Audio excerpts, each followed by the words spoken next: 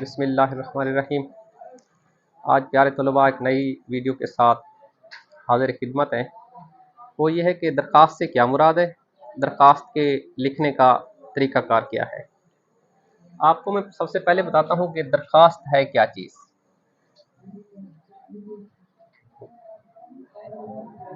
दरख्वास्त दरअसल फ़ारसी ज़बान का लफ्ज़ है, फ़ारसी ज़बान का लफ्ज़ है। इसके लुग़वी मानी है गुजारिश, अर्ज़ी, ख्वाहिश या आरज़ू के हैं। ये तो दरख्वास्त के लुग़वी मानी है। गुजारिश, अर्ज़ी, ख्वाहिश या आरज़ू के हैं। अदबी इस्तिलाह में अदबी इस्तिलाह में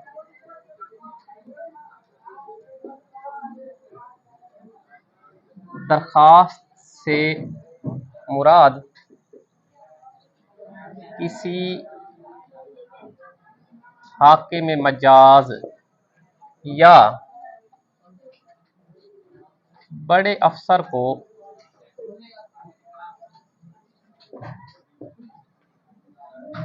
तहरीरी तौर पर गुजारिश करना दरख्वास्त कहलाता है।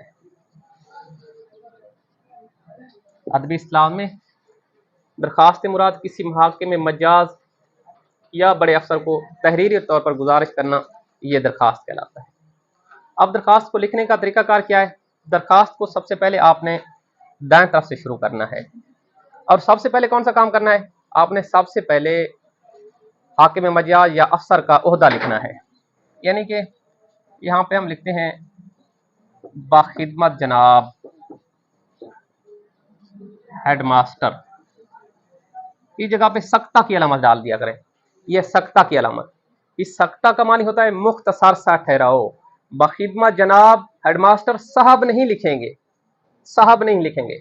जनाब और साहब में फर्क क्या है, देखें मैं आपको बताता चलूं। जनाब ये अरबी जबान का लफ्ज है, अरबी जबान का लफ्ज है।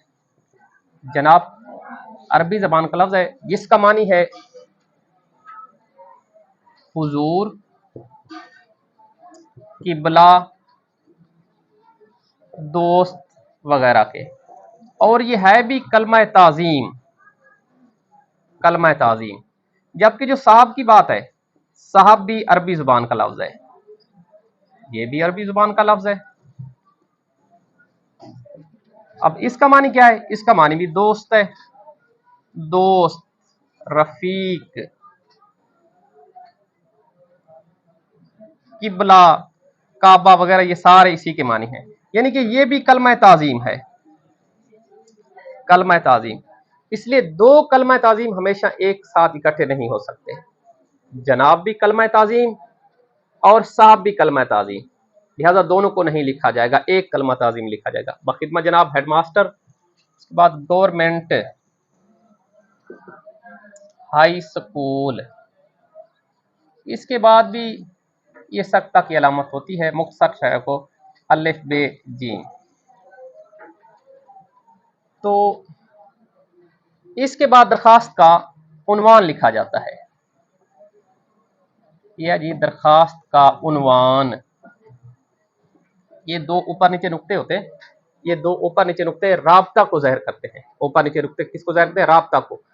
राब्ता की तारीफ ये है जहां सख्ता से ज्यादा ठहराव की जरूरत होती है, वहां राब्ता इस्तेमाल किया जाता है। या साहब का जुमले के साथ अगर ताल्लुक कायम करना हो तो तब भी ये अलामत इस्तेमाल की जाती है राब्ता की। फॉर एग्जाम्पल के जी हम लिख रहे हैं दरखास्त बराए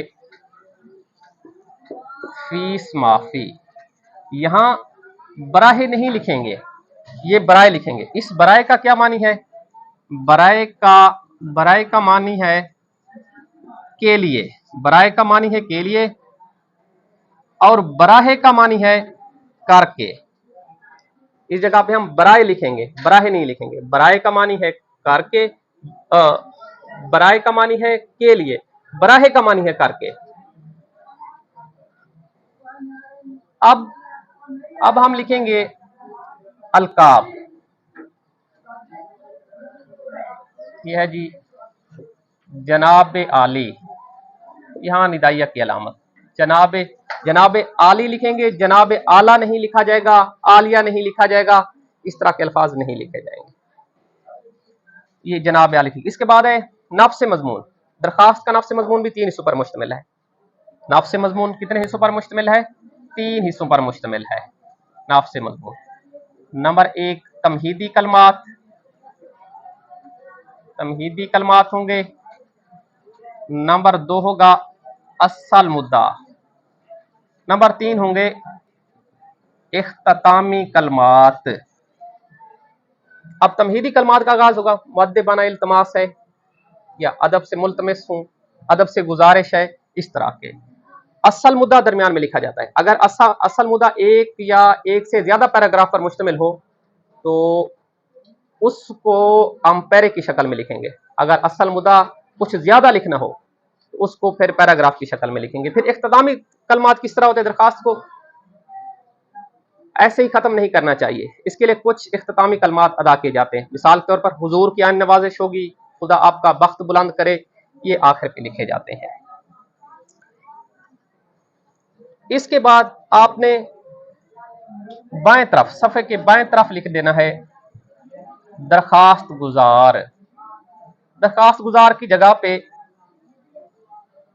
अल आरिज, अर्जे वगैरह लिखा जाता है, लेकिन बेहतर है कि आप दरखास्त गुजार लिखें। बिल्कुल दरखास्त गुजार के सामने उसी लाइन के अंदर आपने डेट डाल लेनी है, ठीक है, 13 जून 2024। बिल्कुल इसके सामने दरखास्त गुजार के नीचे लिखना है आपका ताबे फरमान, अलिफ बेजी। आप ताबेदार नहीं लिखेंगे, ताबे फरमान लिखेंगे। ताबेदार और ताबे फरमान में क्या फर्क है? ताबे फरमान, ताबे फरमान का मानी है मातेहत, मातेहत रहने वाला, रहने वाला। जबकि ये भी फारसी जबान का लफ्ज है ताबेदार। ताबेदार का मानी है मातेहत रखने वाला, लिहाजा आप मातेहत रहने वाले होते हैं, इसलिए आप ताबे फरमान लिखेंगे। ताबे फरमान के नीचे अलिफ बे जीम लिखकर अपनी दरखास्त का आप इख्तिताम करेंगे। ये मुख्तसर सी वीडियो थी। उम्मीद है कि आपको ये हमारी वीडियो पसंद आएगी। इसके साथ साथ हमारे चैनल को सब्सक्राइब भी करना है। फिर नई वीडियो तक के लिए